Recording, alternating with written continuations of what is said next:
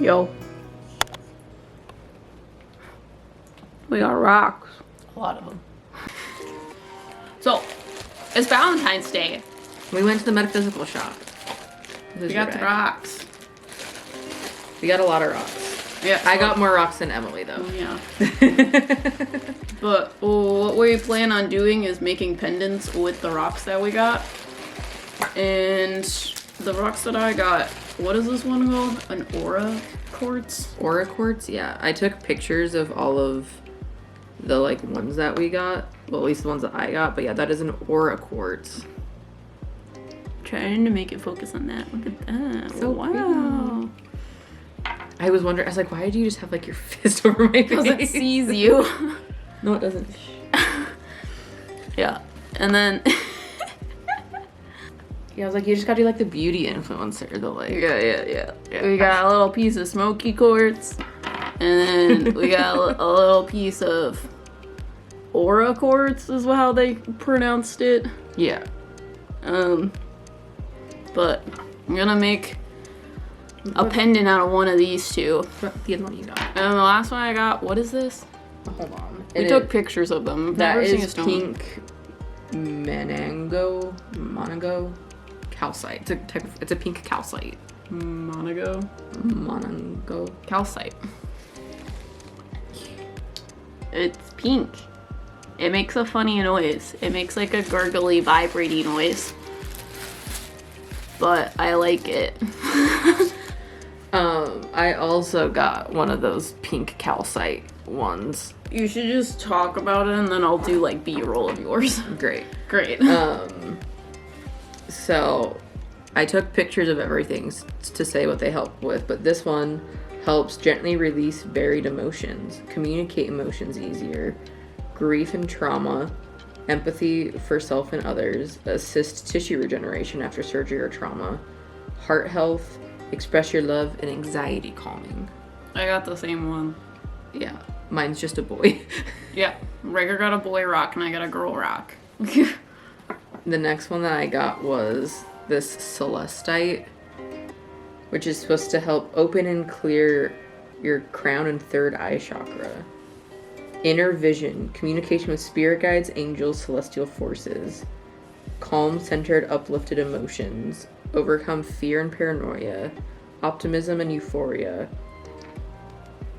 Clear infections and heals eyes.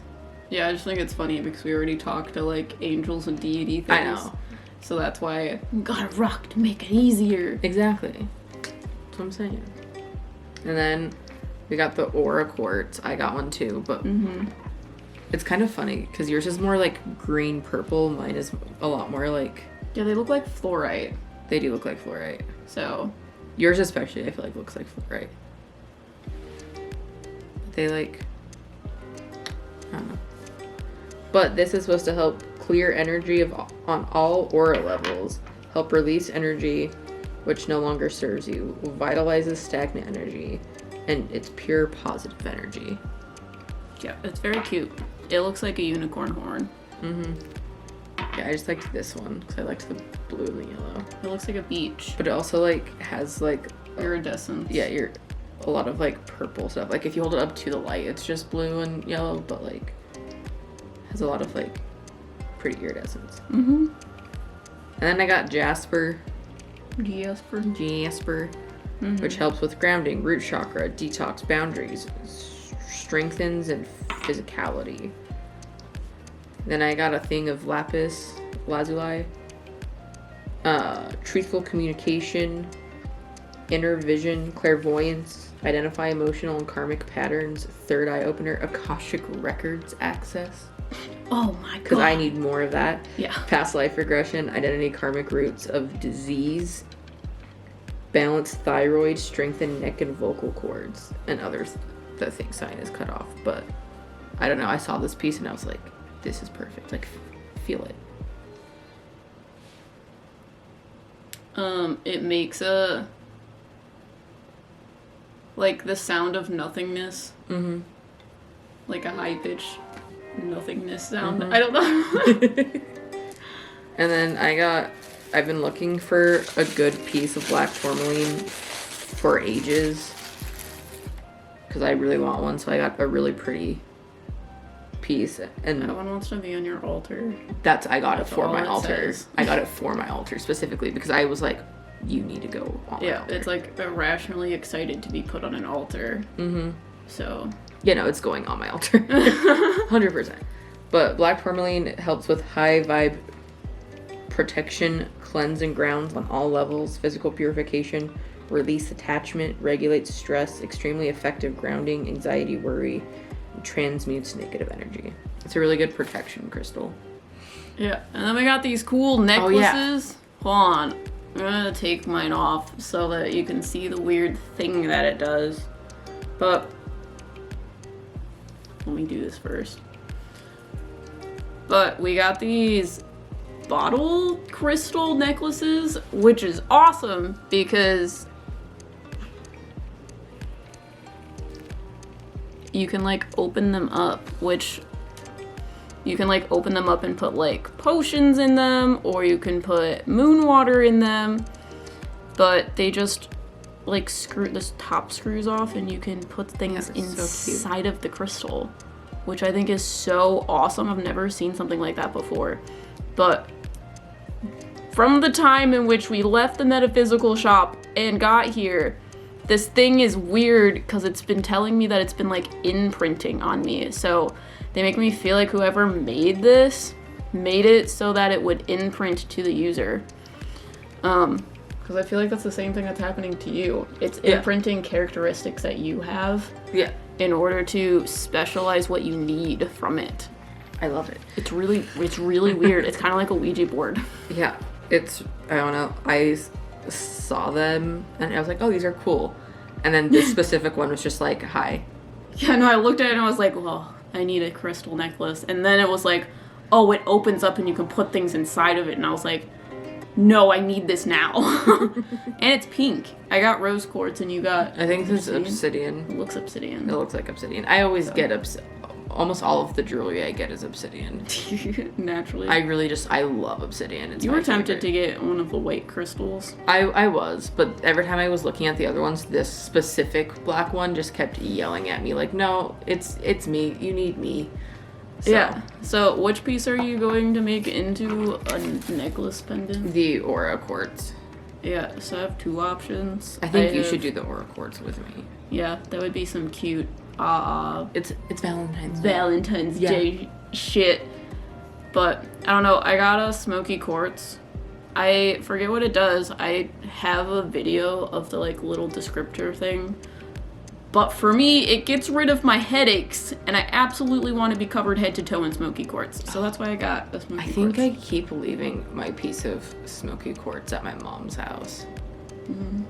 It's over the fireplace. The fireplace wanted my piece of smoky quartz. Yeah, no, it's very much the fireplace that wants it too. Yeah. The smoky quartz could care less. You know, the fireplace is like, yes. Yeah. Fireplace for there was like weird shit happening at the house, so like. But it puts it in balance. Yeah, so like it helps that, but the fireplace is also like, give it to me, I want it. And I'm like, okay, you can have it, but it's like a piece that's like this big. It's a gorgeous piece, but I keep not taking it because smoky quartz. Yeah. Yeah, I love smoky quartz. I want like my engagement ring in the future to have smoky quartz in it. Noted. So that I can just constantly be covered in it so that I don't have a headache. Literally, that's the only reason, so that it takes my headache away. You're welcome. But we're gonna make these into little pendants. Yeah. So I've never done that before, so. I've done it once. I did it with lives. But it was not like an easy like shape that I was doing. It was like this big. And it was morganite. So, yeah. But we're gonna do that, and we're gonna talk about deities.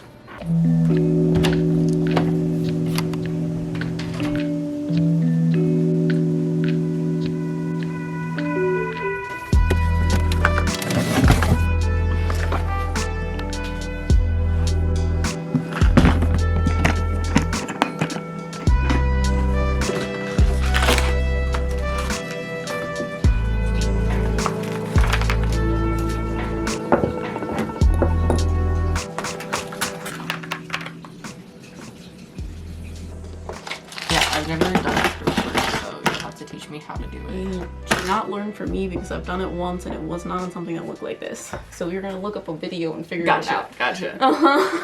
Found a video that might work. Great. It might be too complex. You might want to do like an easy one. I don't know.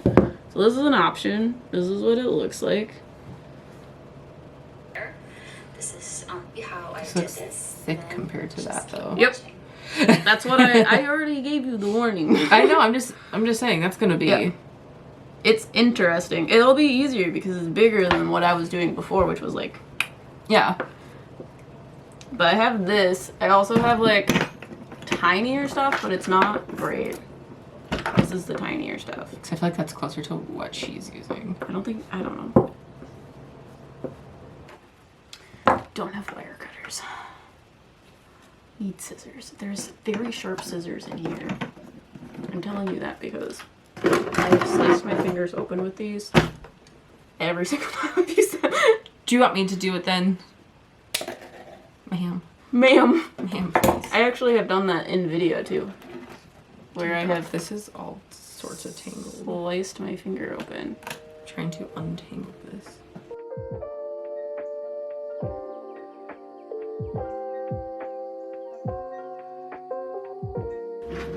But while we're doing this, we're also going to talk about like deity work because I was introduced to deity work through Percy Jackson as a kid. I was a big Percy Jackson fan. So we're going to talk about that while we make pendants. If you're unfamiliar with deity work, it's pretty much just working with a deity directly. I learned how to do deity work through like traditional like witchcraft and like Wicca back in the day. That's part of how I was introduced to like working with deities in like an official sense. We believe that everyone works with deities, whether you're aware of it or not, you work with deities. But a lot of like Wicca, witchcraft, paganism, how they deal with deity work is a lot more like physical rituals, and there's like a lot of like limitations about how you can reach out to deities, what deities you're allowed to work with, stuff like that. That's very much how I kind of viewed deity work in the beginning until I started figuring out that I was a psychic medium.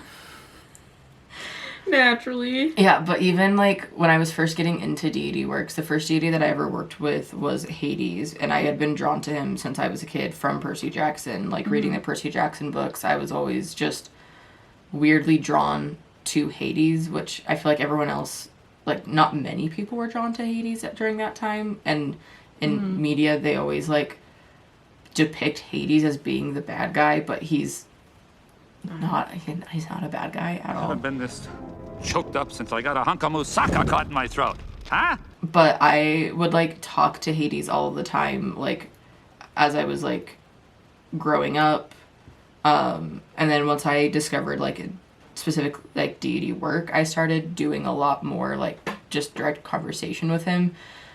And then like as I kept researching like Wicca and witchcraft, a lot of it was like, you can't just talk to deities whenever you want. Like, they're not at your beck and call. You can't have a conversation with them. You can't just like talk like that. So I was like, but I am talking to Hades like that, I thought. But everyone told me that like you couldn't do that.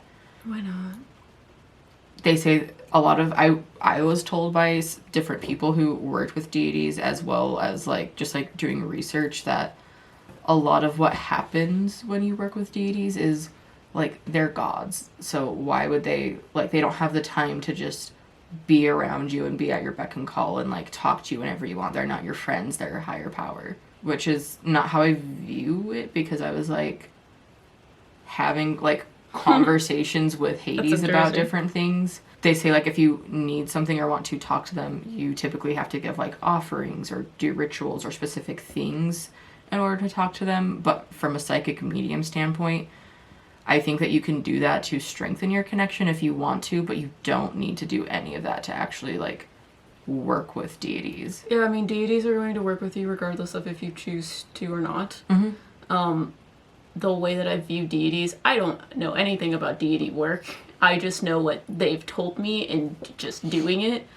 But they make me feel like they're the humanistic, like, connection to the naturalistic things that they deal with. Mm-hmm. So it is not that they like have to go and do like sun god things, like to run like the sun or something. They are doing things associated to humanity and the sun. Yeah. They are the human connection from us to higher celestial whatever things are happening. Yeah. So that's why it doesn't necessarily matter. They are literally existing because we exist. Yeah. So that's why they come and help you with different things. So like maybe you're having weird things with your love life because it's fucking, you know, Valentine's Day. Cupid's coming to do things with you. Or Aphrodite. Yes, Aphrodite. Like we've talked to Aphrodite. We literally talked to Aphrodite with a like charger thing. Yeah, I have a like next like at my side of the bed. I have a like wireless like charger thing that I can set like my phone on, my Apple Watch and my AirPods, so like they can all charge. And when you put it on there, it lights up. Yeah. So if you move it a little bit, it reconnects and lights up. And we were literally talking to Aphrodite while she was moving the little thing on the charger to make it light up. She was tapping my watch. Yeah. To keep like lighting the watch and the like the base of the charger up because it glows green.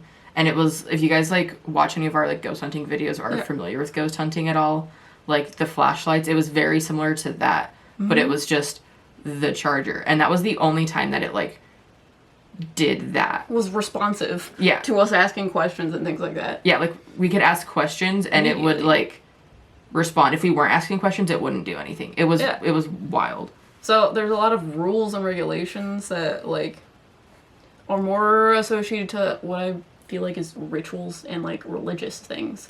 Yeah, because a lot of like Wicca and paganism deal a lot more with like the religious aspect of deities specifically, and a lot of like Wicca, paganism, all that kind of stuff. And I'm lumping them all together. I know that there are distinctions between them, but just for like ease of simplicity, like they all use kind of like religion as kind of like a loose guideline. It's not necessarily like Christianity where it's like as harsh rules, but there are still a lot I mean, there's each god is associated to a religion itself. Yeah. But from a witch paganism, I feel like it's using gods from other religions in your practice. Is that correct?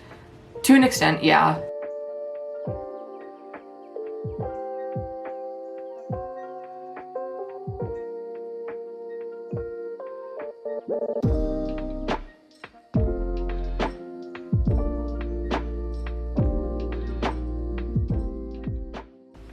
So, in case you guys aren't familiar with what Percy Jackson is, Percy Jackson is a book series by Rick Riordan.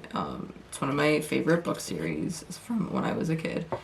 And the whole premise of that is there are kids who are demigods, so they are half god, half human. So they have one godly parent. But they're like in the books, the kids' relationships with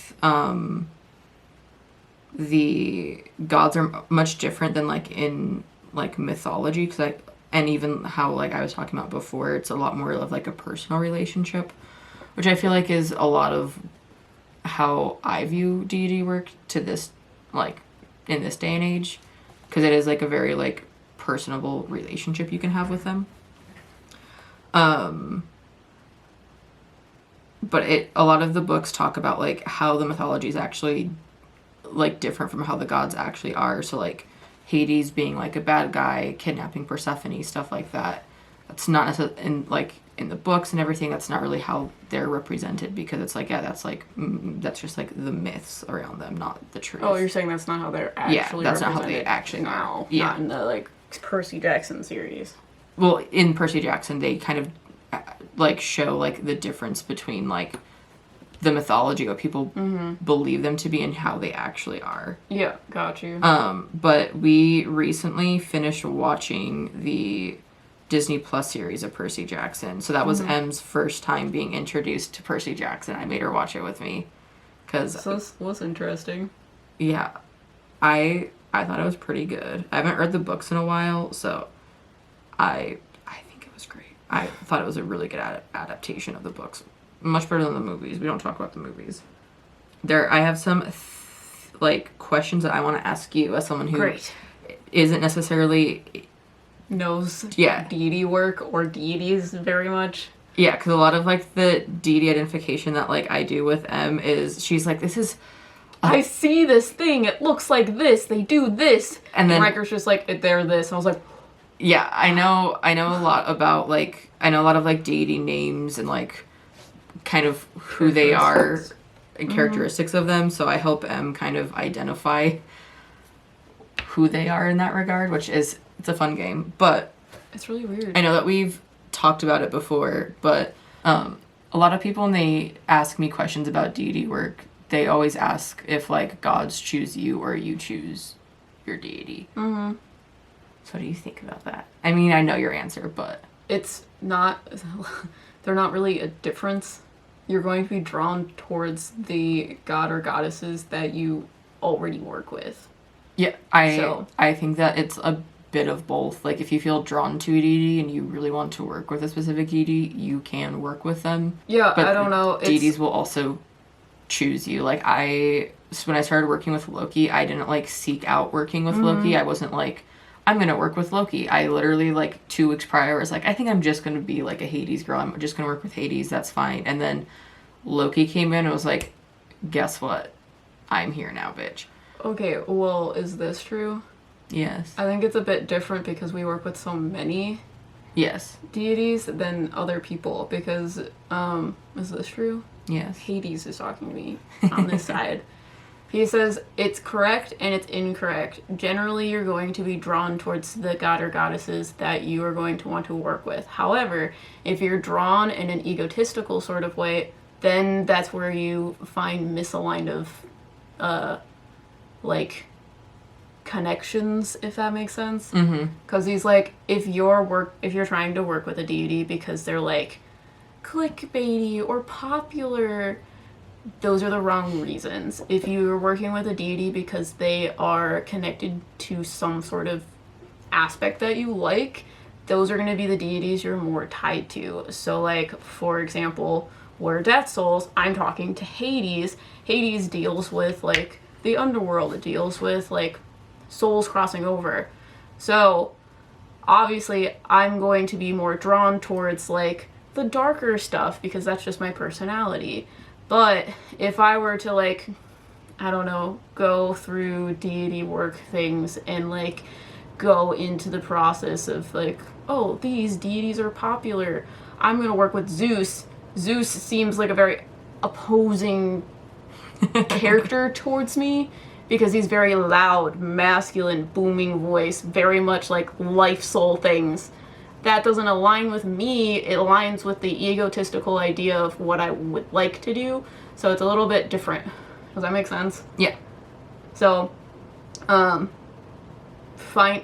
being drawn to certain deities, just try to figure out, are you drawn to the deity or are you drawn to the idea of what it would be like to do that? Like, don't have other people choose that for you. Yeah, because, I don't know, for me, like, with Hades, I was, like, drawn to him, like, in the books, and then, like, this is kind of spoilers for Percy Jackson, if you guys aren't familiar with the story.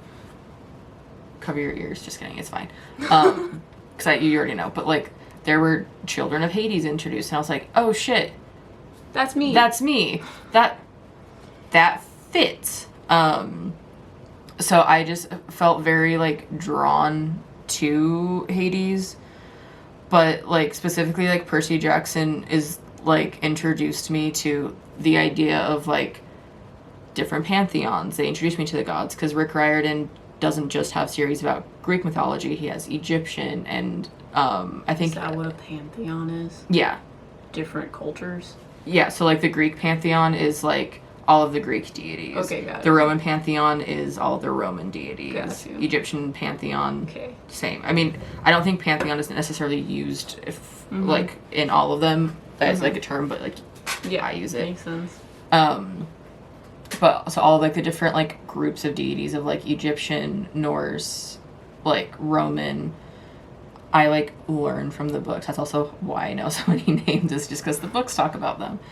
And that like led me to doing like research later on in life, and like I've taken like mythology courses in college to like read into it because I love mythology. I don't know, the like books, how each of like the kids had like a unique relationship with the deity is like what made sense to me.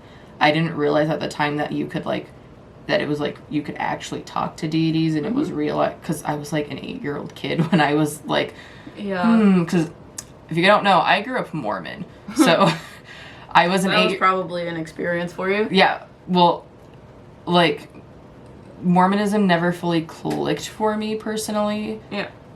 So 8-year-old me started reading books about different deities, and I was like, it makes so much sense that there's all of these deities existing, and not just like just one necessarily. So that's when I started exploring everything else.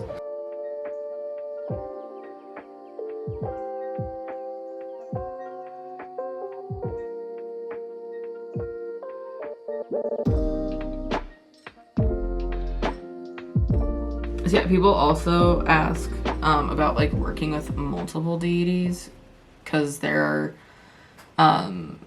some places when you look online about like deity work, they tell you that like it's unsafe if you're a beginner to work with more than one deity. Which is interesting to me, because I've never seen that. I've seen people that are like, if you work the wrong deity, like it could negatively impact you. And they can be like offended and like cause doom onto your family BS, you know? Mm-hmm. I've heard that before. Yeah, which I don't feel like that's true. And there are some people who also advise against working with multiple deities from different pantheons. So if you're like drawn to Greek, there are people who are like, you should only work with Greek deities. Mm-hmm. That's weird. And I've also had people like ask me like when I started working with Loki, people would be like, oh, like, do Hades and Loki fight a lot because like they're so different and they're from different like pantheons? And I was like, no, they are both working with me to like help me with different aspects of my life. So like it's not like a rivalry of like only one gets my attention. Like, yeah, they are all like working together. So yeah, something else I wanted to talk about with in terms of deity work is like, I guess like how to get started like talking to deities, because I feel like there's a lot of pressure like if you try to like research like or even like know how to like start working with deities. If you're like interested in like the traditional like witchcraft, like Wiccan, paganism, any of like those like views on deity work, you can just like research how to do that. But if that seems like too much for you, you can always just start talking to them. The easiest way to talk to spiritual beings is through signs and symbols. So with deities, they tend to come with signs and symbols themselves, and that can help you with identification of who you're talking to. But you can also give deities different signs and symbols for them to give to you. So it's similar to like how spirit guides work. So if you ask for like rainbows for yes or skulls for no, you can ask them to show you signs just like your spirit guides. They're kind of like glorified spirit guides. So like an example of like if you feel like a deity is reaching out to you but like you're unsure, like a week or so ago, Em and I were like we were in bed and we started hearing owls for a couple nights in a row, and we were kind of, at first we were just kind of brushing it off, and then it happened enough for us to be like, oh, cue Athena. Yeah, and it was Athena. You can, if you feel like it's a specific deity, you can always like research them, find out like what their signs and symbols are, or you can assign them for yourselves, like Em said. So like Hades is not associated with crows at all. People often associate like Hecate or like Morrigan or other deities with crows, but for me, I associate crows a lot to Hades specifically. So that is a sign and symbol I have for him. So that's why I have like crow feathers on my altar, because when I've like specifically asked for signs from him of like I'm on the right path or whatever, like, he drops crow feathers in my path. So I have a bunch of really pretty crow feathers. There are some people who think that you need to, like, research and know every single bit of, like, a deity's mythology before working with them. I don't think you need to do that personally. I typically will, like, research or, like, do, like, a quick, like, look up of the deity if I feel like I'm starting to talk to them, just to, like, kind of verify what I'm already feeling. Yeah. My favorite website to use for that is mythopedia.com. Because it's just, like, it literally just has, it's like an encyclopedia of just, like, from a bunch of different cultures. So there's, like, Aztec, Mayan, all sorts of them. But knowing what they do helps you to know how to work with them. Yeah, but also you, how a deity, like, presents in, like, pop culture or even in their mythology isn't necessarily limited to how they're going to help you. For example, when I started working with Loki, he helped me a lot with, like, timelines, time manipulation, astral projection, and that was before the most recent season of Loki came out. Check out that video. Yeah, so check out that video. That was before, like, he was necessarily associated to, like, time things.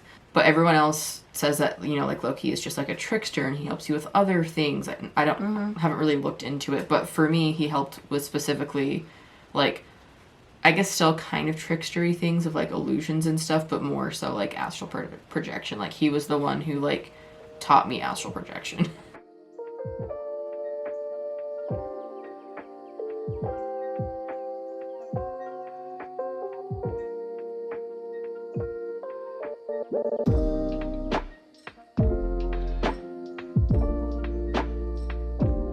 I thought a fun thing we could talk about is some of the deities that we've talked to, and I pretty much only wrote down Loki and Hades because those are the ones that I've talked to about this with, but how they like their pop culture representation. Because, well, I mean, we work with things that most people see as bad, evil, gross, which is death. Yeah. So we work with deities that people tend to play as the villain. But that's not usually how that works. Because, like, not good and bad. Yeah, because when I tell people, like, oh yeah, I work with Hades, they're always like, oh, the blue guy from Hercules, and Hades does not like that depiction of him. I also made Em watch Hercules for the first time. Very recently. So, but, and even, like, another, like, popular like, pop culture, social media, whatever, like, representation of Hades is this webcomic called Lore Olympus. And he's, again, blue. I've never read the comics. I just know that, like, I've just seen, like, pictures. Here, I should show you what. Well, I always see Hades green.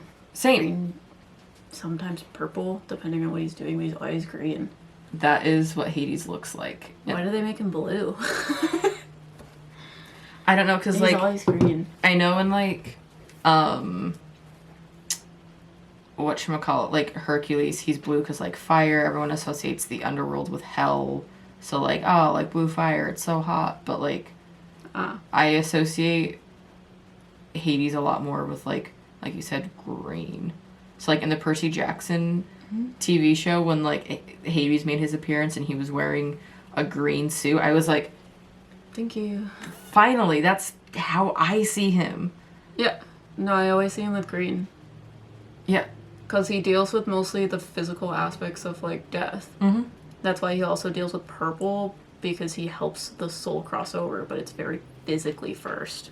Yeah, so I see him a lot with, like, jewel tones, like dark green, like, very much like, I don't know, jewel tones. Yeah, exactly. And the other, like, deity that I've talked to about their other interpretations of them is Loki.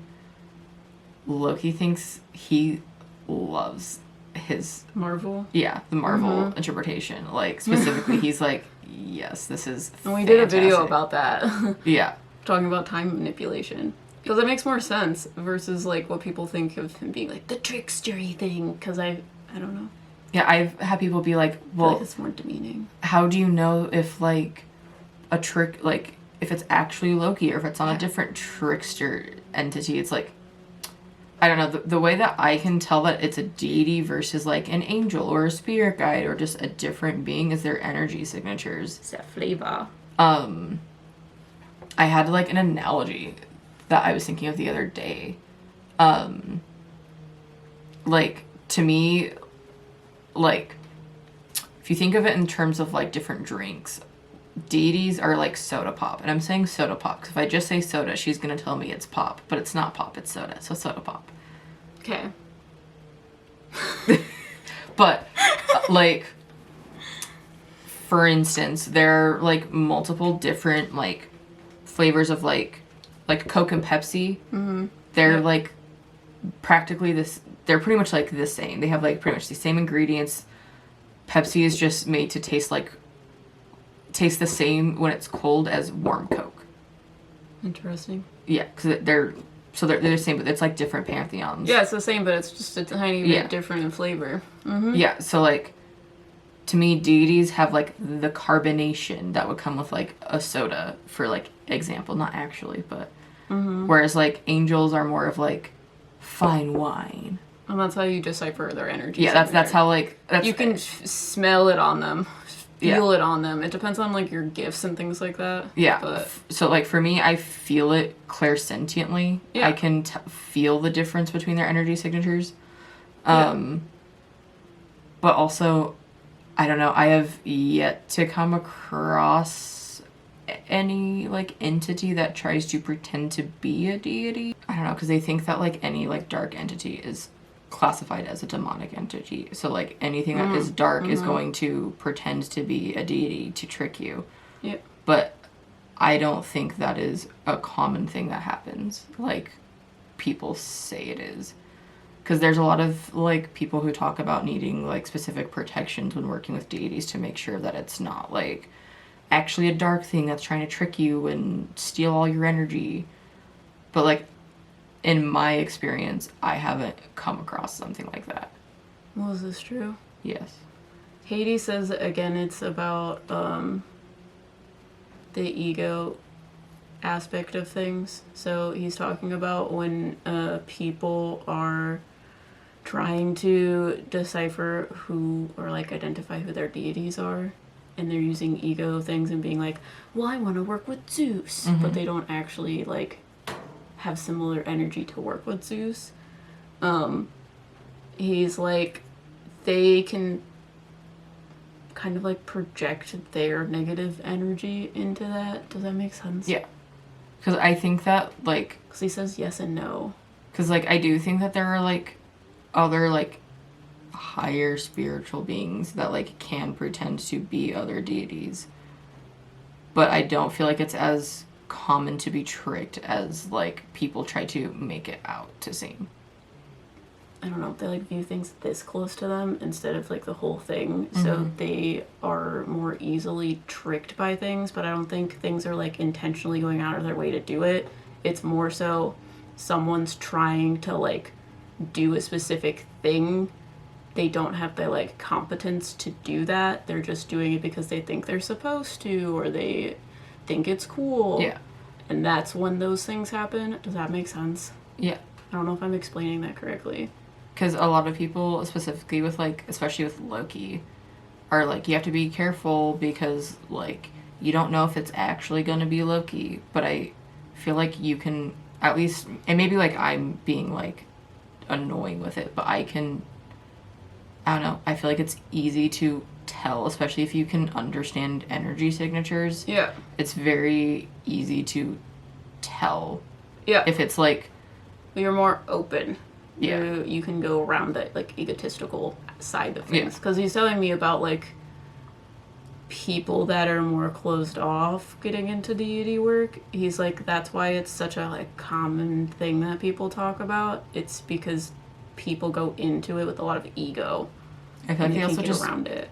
My, like, only issue with that even is I feel like it creates, like, when people talk about it that way, it creates a lot of fear of deity work. Because I've had so many people be like, well, I'm afraid to get into deity work because what if it's gonna be this dark entity pretending, but Yeah. I don't know, I've been doing deity work for years now, and I haven't had anything that, like... It filters into the egotistical side of things. Yeah. This is exactly what he's talking about. Yeah. Yeah, that's why people think those things can happen. Mm-hmm. It's very much, if you think it happens, it does, sort of BS. Yeah.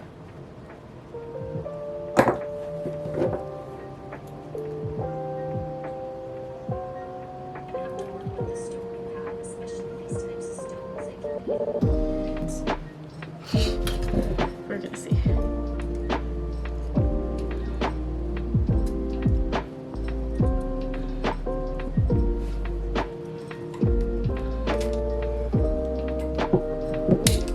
Yeah, so if you guys have any deities that you guys work with and want to share, let us know down below. Yeah. But I just figured out that I'm working with Iris, which is a goddess of rainbows. So if you know me, my signs and symbols surrounded by rainbows, I don't... She literally looks like an angel, like she has angel wings, and I thought she was an angel, so that's why I was confused. And then someone that I know in Patreon was like, I work with Iris, and I was like, ooh, who's that? I looked them up, they look exactly like the person I've been seeing for months, and I'm like, okay, cool. Yeah. I can't believe I didn't put 2 and 2 together. I thought she was an angel too. It's just one of those things where I'm like, oh, I'm so dumb.